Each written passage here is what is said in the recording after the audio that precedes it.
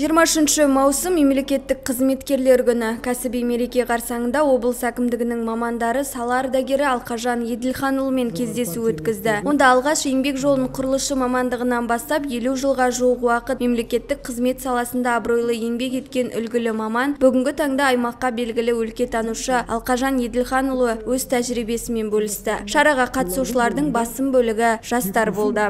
Енді осы сізбен кездесіп, сіздің өсиетіңізді тыңдап, қазір енді өтпелі кезең болып жатыр. Оны бәріңіз де түсінеді, мемлекеттік қызметшілер де түсінеді.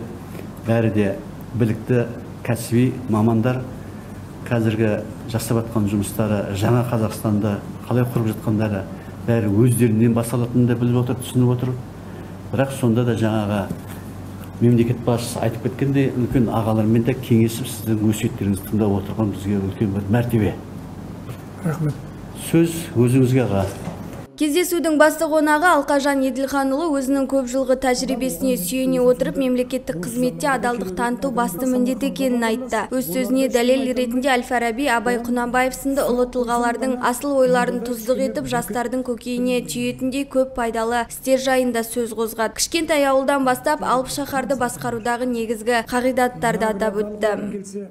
39 тараудан тұратын бұл еңбектің бас жағында Алланың бірлігі, ол кезде енді Аллаху акбар деп бісміллә деп бастамасаң сірә адам не қылмайды. Содан басталады. Адам баласының бас біріктіріп ұйымдасқан жерлерінде, атап айтқанда мысалы үшін қалаларында, ауылдарында ізгілік ең бастапқы қасиет болу керек дейді.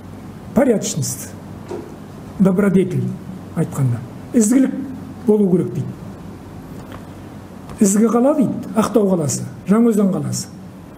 Барлық мүшелері тірі жанның өмірін сақтап, оны барынша толыққанды етуге ұмтылған, жетілген әр сау дене сияқты дейді.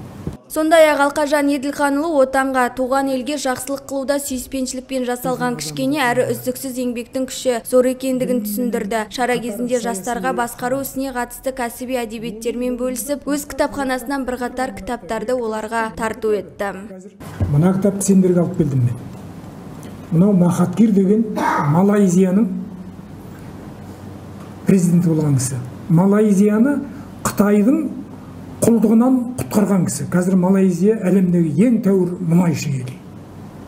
Осы кісінің істеген істесек, біз де мұнайшымыз.